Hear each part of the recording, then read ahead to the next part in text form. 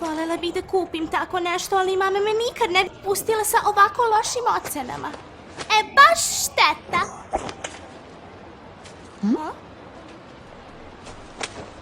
Hej, to je bolelo, knedlice.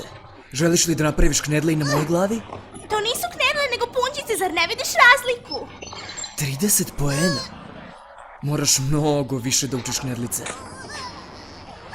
Gledaj svoja posla.